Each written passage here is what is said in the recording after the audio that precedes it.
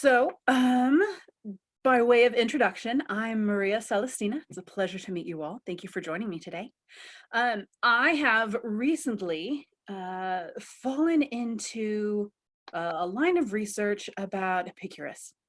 And it was interesting because what started as, and many of you may relate to this, what started as researching a Roman cookbook turned into philosophizing with my with one of my patrons regarding the concept of pleasure and what it really means to to be an Epicurean was one of the terms thrown around. And from there I fell into the well of Greek philosophy and have since to come out. So this is inspired by my musings with my lord, and hopefully will be a engaging conversation. I invite everyone to dialogue and make contributions, ask questions.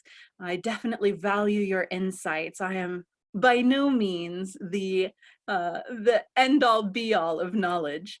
So yes, one of the first things I wanted to let you know is, again, this gentleman's name is Epicurus, and he was he was alive between 341 and 270 BC. So it has been a few hundred years since we've seen him. The the documentation that he found, or that I found of particular interest, that set me off on my journey, was his letter to Monosius. And in it, he details kind of his expectations of what pleasure is and what pleasure isn't, and some of that overlaps with many of the things that we might believe and other things do not. So yeah, one of his key notions is that this idea of pleasure should be lived, in the moment, and we shouldn't be afraid to live in the moment, and we should find pleasure in the mundane, and that will heighten the pleasure of our indulgences.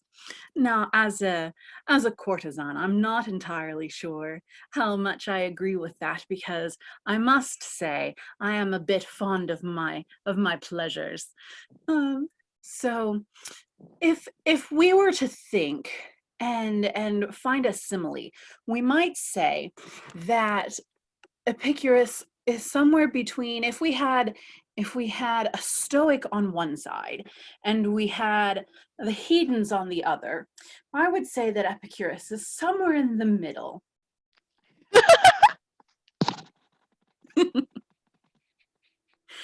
So one of his first musings that truly struck me is this idea that pleasure, he says, pleasure is our first and kindred good. It's native to us. It is the starting point of every choice and every aversion, and to it we return in so much as we make feeling the rule and judge of every good thing. And what struck me is this idea that pleasure is what drives us. And it's delightful in the bedroom. I love pleasure. And it has truly been a driver in more than one way. But it was delightful in that it truly is a motivation, and it's wonderful to think how this idea of pleasure can take someone from a place of inaction and put them in a place of action, and that it is good. The goals that we seek after are good. So I would love to open it up to those of you attending. Have you thought of pleasure as in terms of the way you make your choices, or the way you avoid things? I know for myself, I was never fond of some of my studies, but I definitely found pleasure in others. Do we have any insights? You can raise your hand if you want. There should be a little reaction icon that you can select at the bottom of the screen.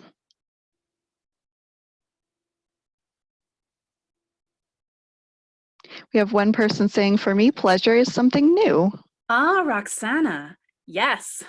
What is new to you about your pleasure? I know for myself, there have been times when it almost seems as though pleasure is forbidden and that it is not something that we should really be pursuing. It's rather something that we should be avoiding. And that is proven to be the pursuit of pleasure in itself has been a pleasure in that I am more fulfilled in my life at least. What are your thoughts?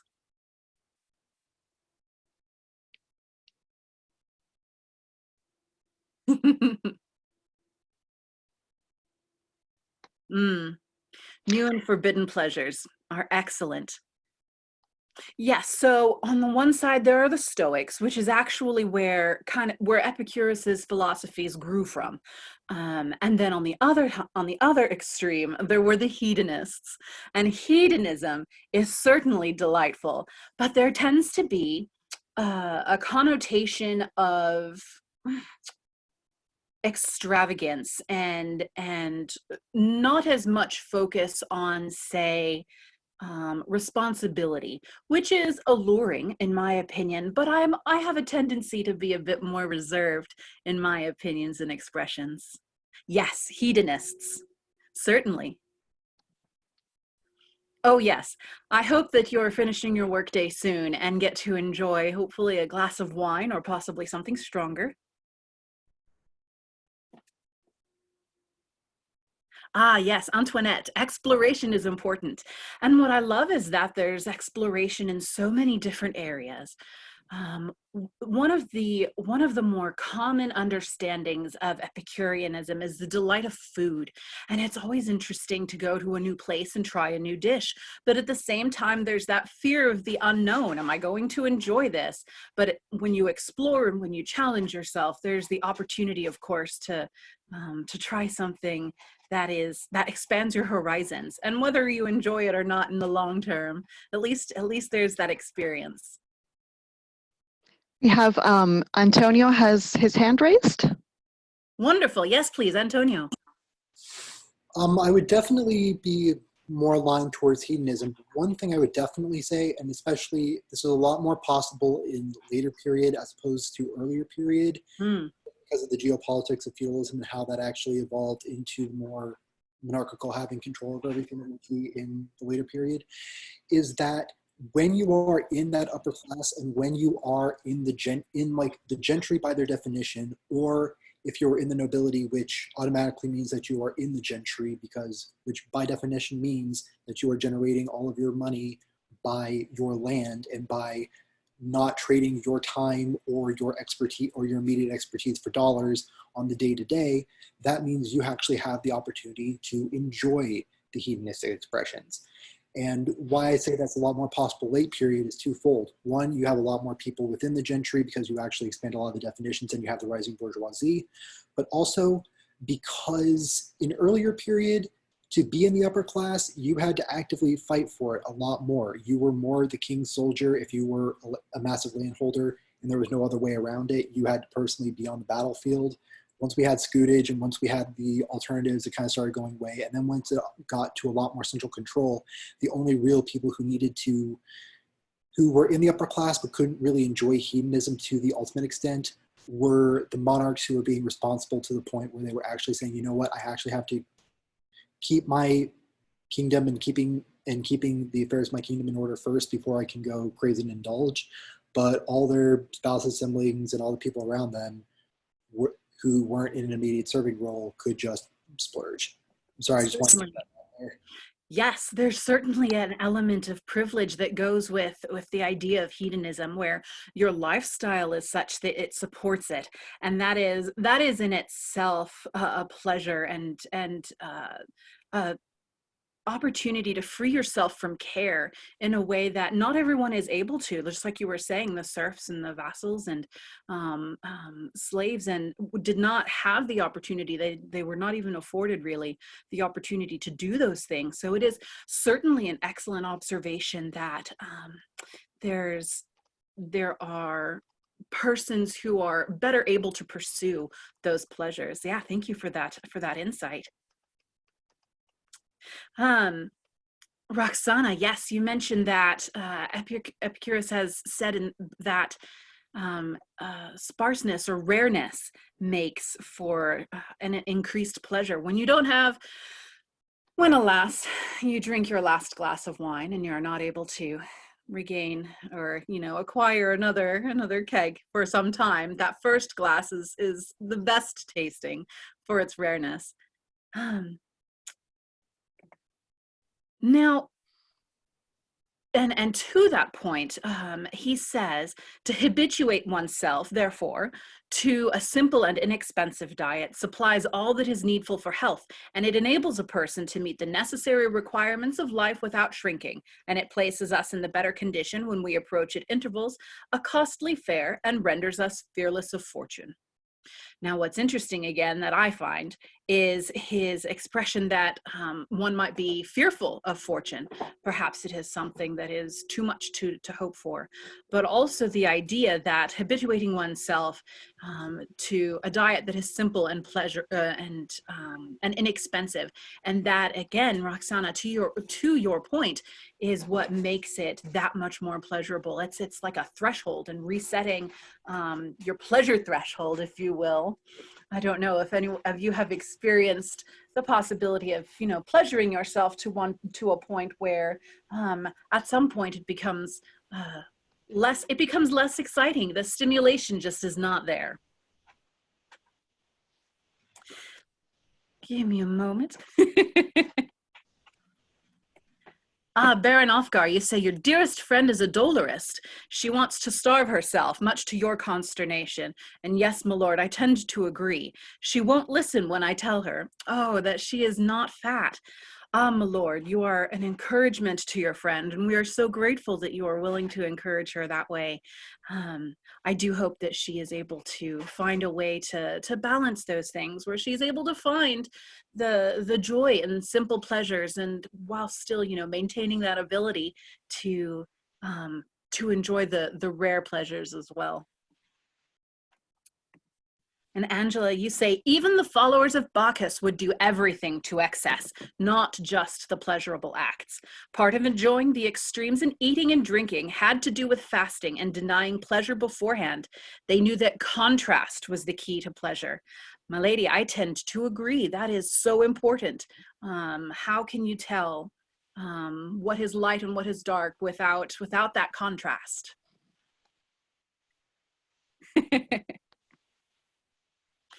Now, in Epicurus's estimation, his idea of pleasure seems a little more foreign to us maybe than I would like. Again, I like my pleasures, and I like them often and in excess. So perhaps I am more of a hedonist than an Epicurean. Excuse me. So Epicurus says, by pleasure, we mean the absence of pain in the body and trouble in the soul. What things do you have that lead to a lack of absence of pain in the body and trouble in the soul? I have heard of monks in monasteries who go on water fasts for an extended period of time, and they say it is wonderful for the body and for healing oneself. But I'm not certain I could do that. Has anyone else ever had any similar experiences or any thoughts on what it means to... Antoinette. My mother used to say that when you go out to dine, pick something new to try or something you like, but it is hard to make or that no one in your family likes.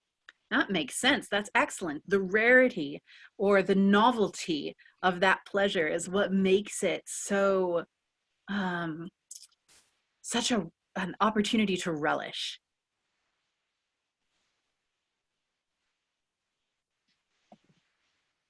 But when he speaks of fearing fortune, he's not fearing good fortune.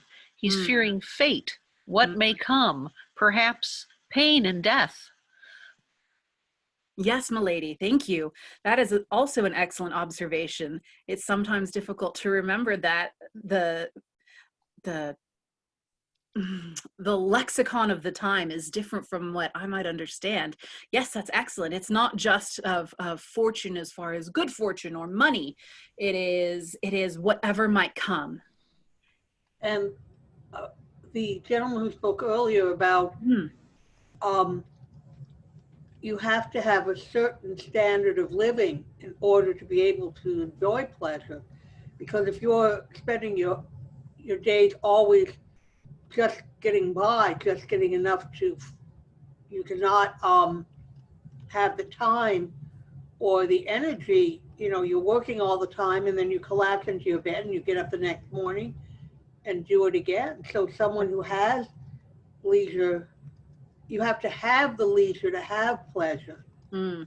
And as he mentioned, you know, the king has all his responsibilities, and it's the queen and the court that have more time to enjoy. And I think a king would enjoy handing over his responsibilities maybe for just 24 hours to just relax and not have to think about anything. Certainly. Thank you. But there's the difference between Epicureanism and hedonism. Hedonism is all your life devoted to pleasure and all sorts of pleasure and every extreme of pleasure, avoiding any sort of pain or perhaps any sort of responsibility. Whereas Epicurus felt that one should be modest in one's pleasures and that the pleasures of the mind were higher than the pleasures of the body. Certainly. And that's one of the reasons I'm so delighted to have everyone here and contributing. Thank you so much, Ertatim. Did I say that correctly? You did. Oh, wonderful. And then Rajan, is that how you pronounce it? Rohan. Rohan. All right, thank you so much for the correction. I saw that you've been wanting to contribute as well. Do you have any thoughts regarding how modest pleasures or the weight of pleasure and what it costs? Or did you have another idea? I do. I think sometimes we overlook the joy in modest pleasures. You know, one of my favorite things in the day is waking up to bird song outside my window. Yes. These aren't my birds. They live in the trees in the neighborhood and no one owns these birds. They're wild and free, and yet they sing for everyone to listen to. So, you know, while yes, there is something to say that certain pleasures are more affordable to those of great status and great wealth, there is pleasure for the world in small things, the singing of birds, the babbling of brooks, the way the sunshine meets your eye in the morning. Certainly. The colors of flowers. Even completing your hard day's work can be extraordinarily pleasurable, to look back and see the things that you have made with your own two hands, the things that you have completed. Certainly. Pleasures of the natural world are such a delight, and it's wonderful that so many of us have access to those in an easy way, it's wonderful. I'm so happy for you. And then Roxana also says, from a scientific point of view, pleasure is the result of certain neurochemical, even in pleasurable acts such as, pleasurable acts such as spanking. They result in a release of pleasurable chemicals. Indeed, it's fascinating what pleases one person may not please another. And that goes for everything from spanking to chocolate. I have friends who don't enjoy chocolate, and it's new and it's odd, but you know, what can we say? Yes, Ms. Antoinette. Oh, you're muted, my love. I just took care of it. I have celiac, which means I cannot eat wheat, rye, or barley, or anything containing them. And fortunately, I've had it for 5 years. I have friends who've had it for 15 to 20. And the Food and Drug Administration finally got their act together. And now they have to mark every single thing. They're what are called the big 8 allergens, chocolate, wheat, so forth, so on. So I can look at I can pick up a package in the market and just look at the label and not have to worry, am I going to have a problem? And it makes so much difference when you can just walk in the market and grab something grab something and just look, pick it up and say, oh, I can't have that, instead of having to spend 5 minutes going through a whole list. And one of the things that, one of the most common things that has wheat is soy sauce. Most It's people are so not aware. odd. Well, no, it's a cheap thickener. Soy sauce, some tomato paste, some ranch dressing. And the thing I love, there's a store called Aldi's. I don't know if anybody has it in their area, but everything in Aldi's that's gluten-free has a G on the package. So you don't even have to look. Wonderful. So these pleasures that are afforded to you are like even clearly marked. How wonderful is that? I love it. Now, one of the ideas that Epicurus suggested, the way that he found his simple pleasures was by building a home and inviting his friends to live with him. And they were in what we might consider modern terms, they lived communally. And it was delightful because he found his pleasure in simple foods and simple beverages. And he built upon that pleasure with good company and good conversation that was edifying to his spirit. And it's wonderful to think of that. And for myself, that is certainly something to aspire to, but certainly not until after I've enjoyed my more hedonistic tendencies. I believe Antonio also has another contribution. Yes, please. Indeed, I do. And at least from my perspective, and this is kind of going off of what Rohan and what Antoinette were mentioning, in the form of the simple pleasures, they're more of a thing that you don't have conscious control of, like the birds chirping, or having like a good day's work, or just like having a nice sunset or whatever. It's not something that you have personal ability to control. Versus if you're on the hedonism side, even though you're doing it to the point of excess, you are in hardcore control. You are maintaining that control over your pleasure. Is that possible to maintain while being on the more moderate side? It is, but to a lot less of an extreme, because a lot more of those simple pleasures are things that, especially the ones that are happening in the natural world, are things that either will or won't happen no matter what you personally do. Certainly. Yes. And that's one of the things I recall him saying as well, is this idea that if his philosophy is almost more of I won't say abstinence, but it's more disciplined. And this idea of what you control is the restriction of your pleasure. That way you can pursue pleasure as you wish. And then yes, that's wonderful. Thank you. I appreciate that contribution. Have you read him? Have you read his work before? I have not actually, no. Gotcha. You might find it interesting, certainly. And then, Kania, did you have a question? I'm still trying to figure out how to raise hands. Well, I had a thought. So we need to be careful when we talk about the differences between classes, of assuming that it is superior to be upper class. Look at marriage traditions. The many upper class societies are very restricted in who they can marry and why they can marry.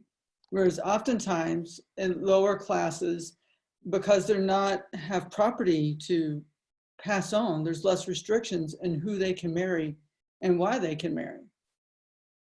So if you find pleasure in relationships, you have more freedom to pursue pleasurable relationships when you're freed of the constraints of inheritance. Certainly.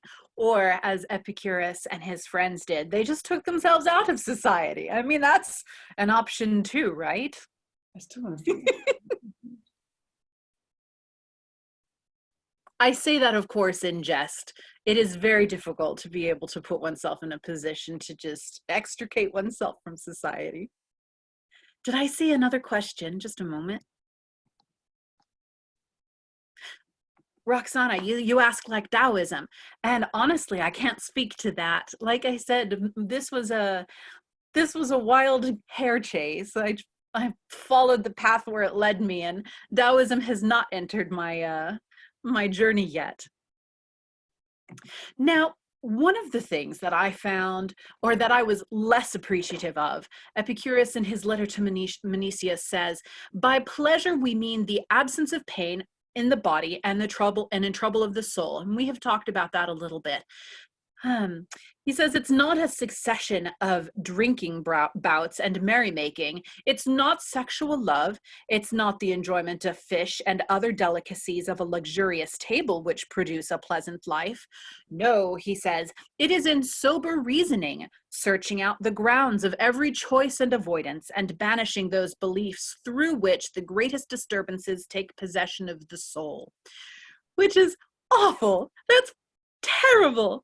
I want to enjoy drinking bouts and merrymaking. And believe you me, I want to enjoy sexual love, and I want to enjoy the luxuries of an abundant table. Though I suppose my more modest and reserved side informs me that I should exercise some restraint.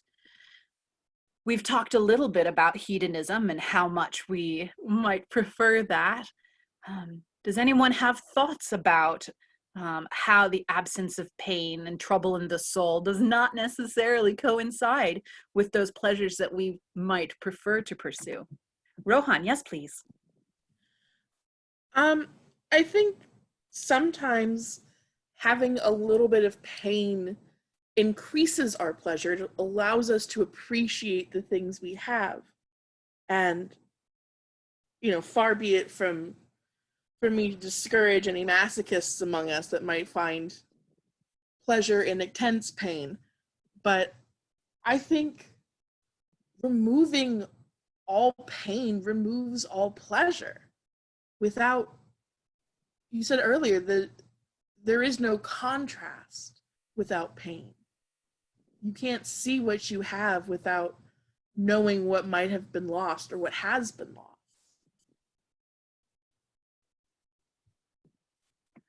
Certainly.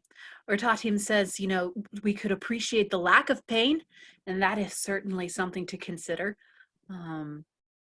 That in itself is pleasurable. Though there's also, as we mentioned earlier, the fortune and fate takes things out of our hands sometimes. And so, and we've discussed how, there are some things that are in our control and some things that are beyond our control. And so the pain sometimes may come to us whether we like it or not. And Angela, you say the sweet is never as sweet without the sour. And that's true. And it's even with flavors. I don't know if you've observed, but bitterness is countered by sweetness, and sweetness is balanced by tang. And so it is very important, in my opinion, for a well-balanced life and a well-balanced meal to have all of those experiences, though there are, of course, those flavors that perhaps we prefer.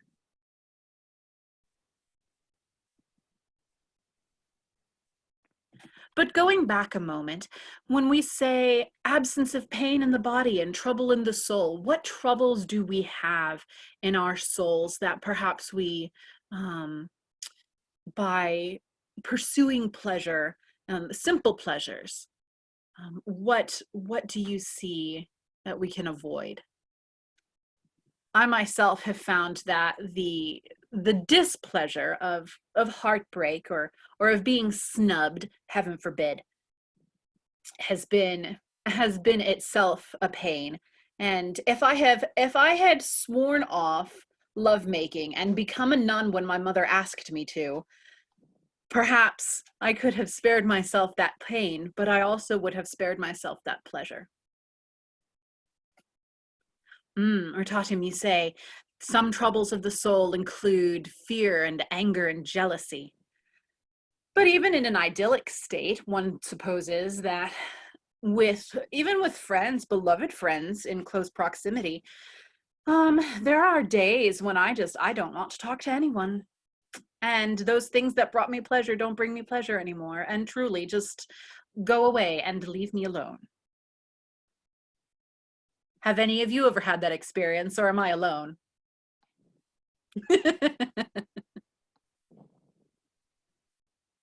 Absolutely.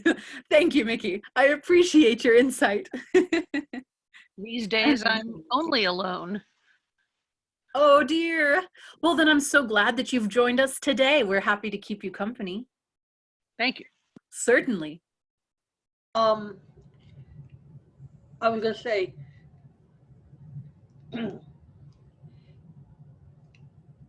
my niece was supposed to get married in July, and everything went up. So her parents and his parents live on the East Coast. She and the two of them live on the West Coast. And I compliment them. They found a way. What they've done is they took their dog, who they, German Shepherd. They got in the car. They drove to the East Coast. Everybody's quarantined for 14 days. And they're having the wedding in his parents' backyard tomorrow. So they took what could be a awful situation and turned it into something pleasurable. I mean, can you imagine driving 4 days across country with a German Shepherd? Fortunately, the dog slept a lot, but still. And then, of course, when they'll stay there back there, by the time they get home, it'll be gone over a month. Certainly. As a young girl, I traveled, I took a long trip, and there was not an animal, but there was an infant in the mix. So certainly that is dedication to pleasure and the joy of spending time with the people who are important to us. Now, do we have any participants in our conversation who have had more experience with this philosophy of pleasure, or with our delightful author? I would love to hear from you, maybe some of the things that you've read or that you've experienced. Again, I am not a scholar in this subject, and so I invite contributions in that respect. My husband's major in college was religious studies. His minor was philosophy. Ah. And he wanted to be a librarian from the time he was 14. One of those people who are lucky they know.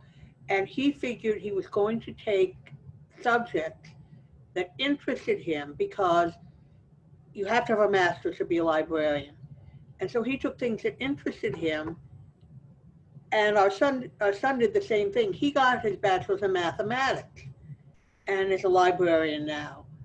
And I think there are a number of fields where if you are going for a degree beyond the bachelor's, you start thinking about what do I want to study?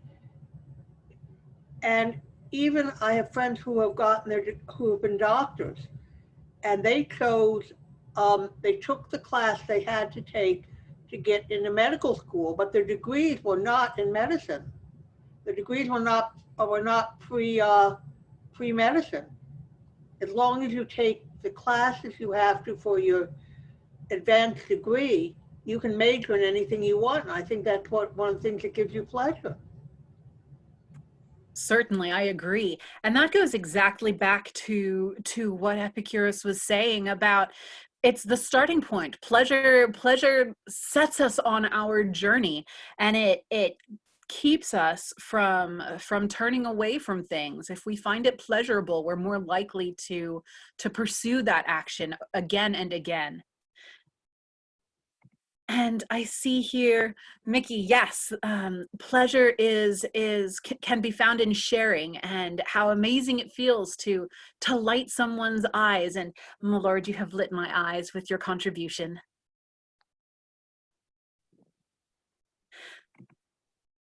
So I take it we have no other scholars among us. I would love to see questions that stimulate additional conversation or observations, perhaps, that we can further expound on.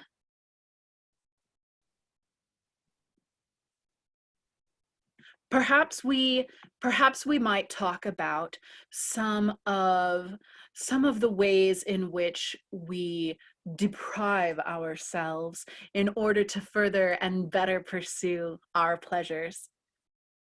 For myself, I must admit I have not had a sweet in about an hour, and I think it is about time.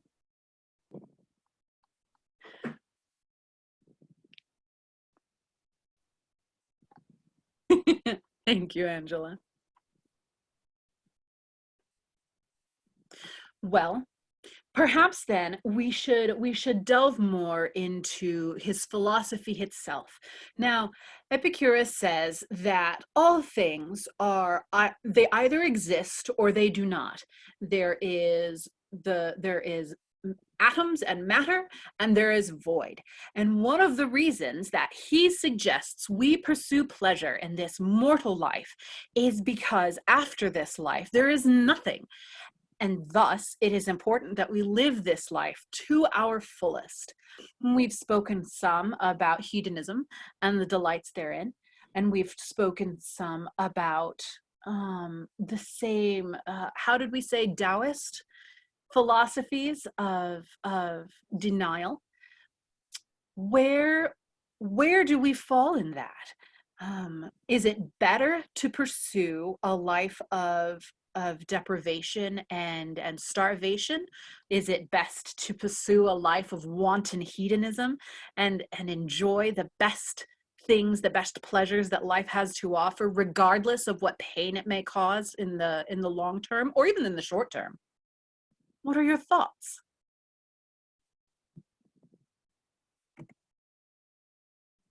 Angela, you say there's a lot of emphasis on working for the weekend in American culture. That is very true. Our modern life requires much of us. Not a delay of pleasure on purpose. Yes, and it's that idea of the pleasure being taken out of our control in some ways. But it is culturally acceptable, as you say. You suggest that it's best to pursue a life of balance. I tend to agree, though I would prefer to maybe have my balance more to one side than the other, I might venture. You can't appreciate the best in life without knowing anything less than the best. True enough. And it goes, perhaps that is speaking to those neurological things that we were discussing earlier of, finding a threshold and then exceeding that threshold. And how do we know where our extremes lie, whether they are to the one side or to the other? Certainly. I don't know how many of you have watched Downton Abbey. The BBC, it's a masterpiece. It's about a family starting in 1912, ending about 1929, with the upper and the lower classes and everything else. And the story starts when the heir is killed on the Titanic. So they have to find the nearest male heir. And it turns out he's a lawyer. He's middle class. He's used to, and so they bring him in and he says, oh, I can always work during the week and, run the estate on the weekend. And the Dowager Countess, who was played by Maggie Smith, looks at him very calmly and says, what is a weekend? I believe Antonio has another question. I did want to bring in another kind of perspective on the whole mention of whether it's better to live in the hedonistic style or in the more moderate pleasured style. And in reality, it all comes down to the fact of what do you believe happens in the ending of this life and the beginning of whatever, if anything, comes beyond it. Because in the founding of pretty much every major world religion to this in the current time, and especially the majority of religions in period, one thing we basically see as a general dogma is moderate, restrict, or remove your pleasure in this life so that way you may have it eternally in the next life, or in the case of the Dharmic religions, that you may reincarnate into a place that you can have better pleasure or more extensive pleasure in your next life. And so it's particularly fascinating in that kind of case where if you believe that there is more time to have pleasure later, Certainly, or to store your pleasures for later. definitely. If you have a time and a place that you can store them for later, you do. And for those who don't, or who are similar to me in the fact of being a more Hellenistic pagan, or in certain groups like that, where it's like most people who are not the big Epicurus of stories end up in a neutral but slightly more negative than neutral afterlife in the underworld or in Hades. And because you can pretty much presume that's where you're going to go, you want to maximize all of your pleasures nowadays. And if I might take a notably darker turn, Oh my. that is honestly what the whole notion on the Abrahamic side of like moderating your pleasures now so you may have them a lot more later is also one of the major reasons why ending one's own life is considered sinful, because there were actually, in the early parts of Christianity, there were a lot of different spin-off sects who had read all that, seen, oh, as soon as you die, you go up into the more positive place and you go into the kingdom of God. They just said, okay, let's go there now, and did that. And then as the religion started getting organized, you had like all the higher ups saying, okay, no, that is a sin because you are basically disregarding your deity's gift to you. Certainly. And that's fascinating with Epicurus as well. He says that if life is no longer a pleasure, perhaps it is better to cease. And I was a bit aghast when I read that, but it is fascinating, certainly. Now, Definitely. And then just two more points, just so I can clarify, because I made that tangent. One, I'm definitely very, very sorry if that was triggering to anybody. I should have put your warning before that, and I am terribly, terribly sorry. And two, I do not in any way advocate ever going in that particular path, and I hope that if you are ever in that path, I hope you find that you're able to find whatever resources you need to be able to help get you out of that dark place. certainly. Sorry Yes. about that. We make those disclaimers personally. Certainly. We are family here and we want to take care of you. We want to make sure that the pleasures of life continue for you. Now, there was an observation made by Shadna May. Did I say that right? Shadna May? That the idea of extreme deprivation or extreme pleasure are, of course, they are extremes. And they say that balance is pleasure. And Angela observes that there may be a life of comfort to be found in second best. One doesn't always need to experience the worst sorrow to know happiness. Pardon me, I do embellish. One doesn't need to experience sorrow to know happiness. One can just be content and still appreciate the occasional happiness. That is very true. One does not necessarily need to experience that extreme sorrow to experience joy, or experience extreme joy to understand moderate or contentedness. Joy is not a prerequisite for contentedness and pleasure. Just one moment. Rohan, I will circle back with you in just a moment. Roxana observes that humans are unique among primates in our ability to potentiate pleasures. That's true. We know where pleasure is and we can find it. Shadna continues with, to overly deprive myself of something or to go overboard on something is not pleasurable. Too much of a good thing, I suppose, could be a good thing. She says, or they say, I'd rather have a small piece of exceptional fudge, not want a second, versus eating a whole package of fudge that is, it's all right, I suppose. So fudge. And Eloise, I love your comment here. Christianity, the ultimate delayed gratification. Is that what they call edging? Sina, thank you so much. Let's see. And then, Rohan, you had another observation. Please speak, my love. It's more of a question than an observation. Even better. How do we as courtesans ensure that our guests and our patrons are experiencing pleasure in their day-to-day lives and in our company? Certainly. And I'm not sure that Epicurus himself would agree with the things that we find so pleasurable and that we enjoy and pursue so well. But that is an excellent question. Does anyone else have thoughts about how we pursue pleasure for and with our patrons?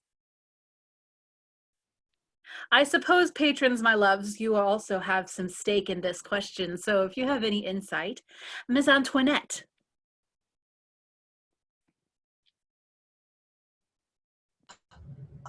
Can you hear me? You're muted again. Okay. Yes. I think one of our responsibilities to our patrons is to help them find what is pleasurable for them.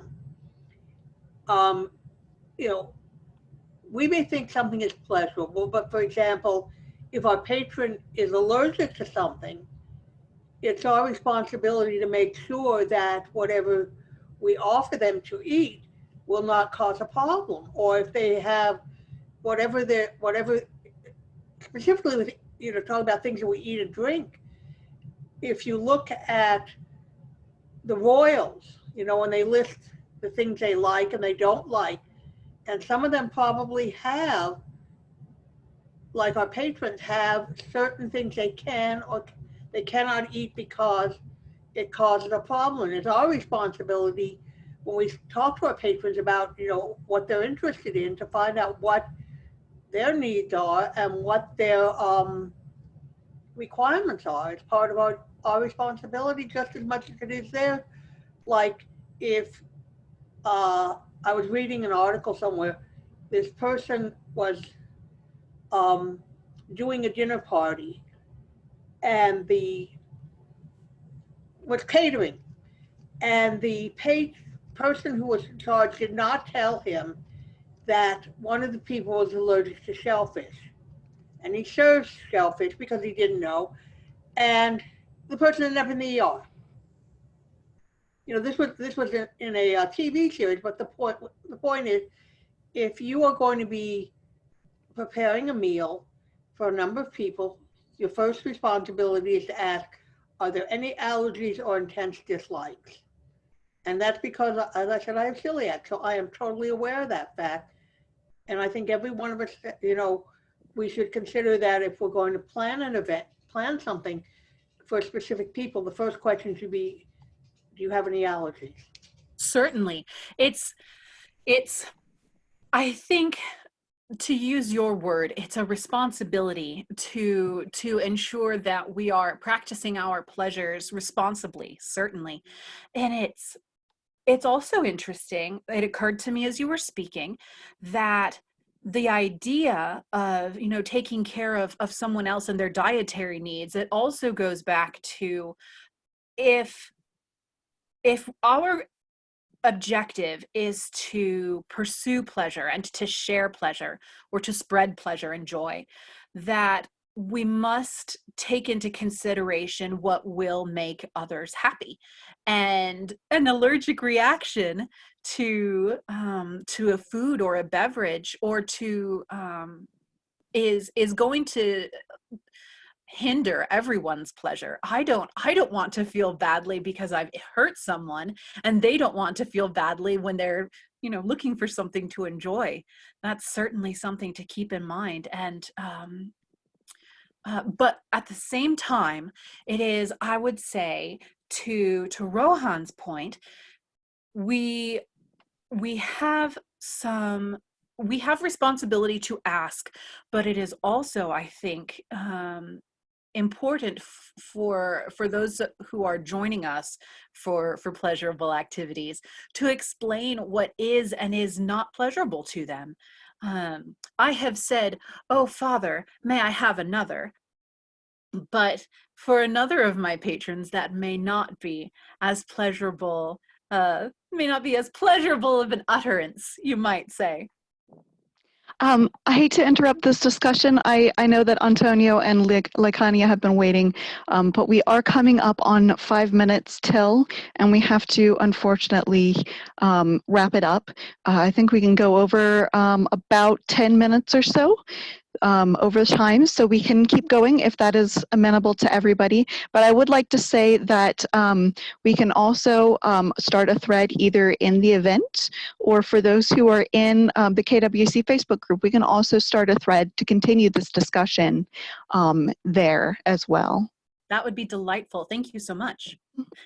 Yes, let's go ahead and check in with Lacania, and then we'll circle back with you, Antonio. And then actually, before we do that, Lacania, if you will grant me just a moment to read our comments here. We have some conversation, of course, about theology, and that in itself is its own conversation. But I prefer not to touch on that here. I prefer to think of pleasurable things.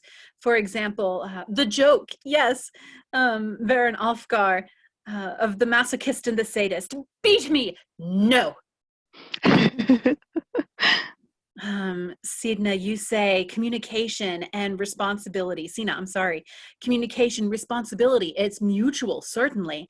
We must ask, and we must suss out the information we need. But it is also helpful when our patrons are forthcoming.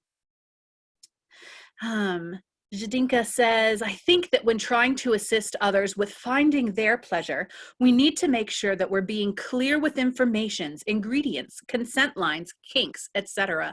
So that way people are able to make the choices that work well for them. Certainly, empowering others to make choices is also, can be pleasurable. We have the power to grant pleasure or to take it away. And in that respect, it's certainly important to have those dialogues. Lacania, my love, would you like to make your observation or ask your question? I was going to suggest that we consider how much of what is found pleasurable is socially constructed, and what role we can play in self-constructing that. So. Certainly. That is also that's very insightful. Thank you. Pleasure is not necessarily something we can demand from someone else, is it? By demanding something of my partner, it may perhaps be hindering them and hurting them. So yes, certainly demanding pleasure from an outside source is very different from creating our own pleasure, certainly, and it's our responsibility to pursue that responsibly. As I like to say, you're responsible for your own orgasms. Yes, unfortunately, I have found that. All right, and yes, Antoinette, your observation, the ability to say no is also very important. What may be pleasurable to you in the moment may not be as pleasurable to me. But perhaps we can talk about it again tomorrow. I might bring it up. And then, Antonio, I believe you had one thing. And then, my loves, I'm afraid it will be time to say farewell. Definitely I did. And this is kind of coming from the whole notion of being both a courtesan and being a patron of them, and trying to basically derive and the creating and driving a pleasure for it. in that kind of in account. Why am I starting today? I'm so sorry. But And the pleasure of such beautiful women. I would be worried if you didn't. no, no, it's more nervousness than that. And it kind of ties back a little bit to the whole notion of the simple joys again, where it's the simple joy of human intimacy. And particularly as courtesans, the one thing that, while we can definitely provide true and tangible physical intimacy, all as a patron, one thing you have to know, and as a courtesan, one thing you have to know, is that in pretty much any case, especially if you're keeping this 100% professional, any emotional or mental intimacy that the courtesan and the patron have together is an illusion. It is something that is brought forth for the patron's pleasure, and as a patron, you have to understand that yes, these people are providing you a service. That companionship, that emotional intimacy, that's not real, that is a service. And as a guy who has been to adult clubs, if I may say this frankly, the one thing that I've heard time and again is the stripper doesn't love you. And that's like the one piece of guy-to-guy advice that you often get. And that kind of thing is true for sex work today and sex work back in period. It's the bond is an illusion. You have to understand that, and in the rare event that it evolves into something more tangible, that becomes a whole separate thing, and the whole notion of a provider of a service and the recipient of a service goes away and evolves into something completely different. And at that point, you have to address that as a one-on-one case. But in a professional sense, as courtesans, it's the mental part of it and the emotional part of it is more of an illusion. That is a service. I see, my lord. Have you been a courtesan? In a more modern sense, yes. In a more period sense, no. But that's primarily because I'm relatively new to the STA. I see, And I see. characters in fair have not been in a courtesan role. I understand. Thank you. Your insights are certainly very much in keeping with some of the things I have heard from other patrons as well. It's sad to think that a genuine interaction, even however brief it may be, and however much may be exchanged in the moment, it is sad to hear that interaction is not real. So I would ask that you perhaps keep in mind that a courtesan is not obligated to fall in love with you or to fall in love with a patron, but the interactions and the fun that we have and the conversations that we enjoy, those things are very real, and I hope that those things bring you pleasure as well. And their observation was made in the comments that even in other service areas, the food service employee does not necessarily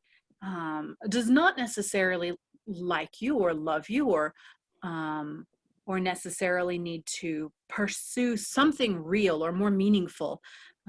It is a job, and the pleasantry in itself is real, and finding that balance, as you say, is difficult for many on both sides. It's difficult for a courtesan who falls in love with her patron who doesn't reciprocate. I have had patrons that I have loved very dearly, and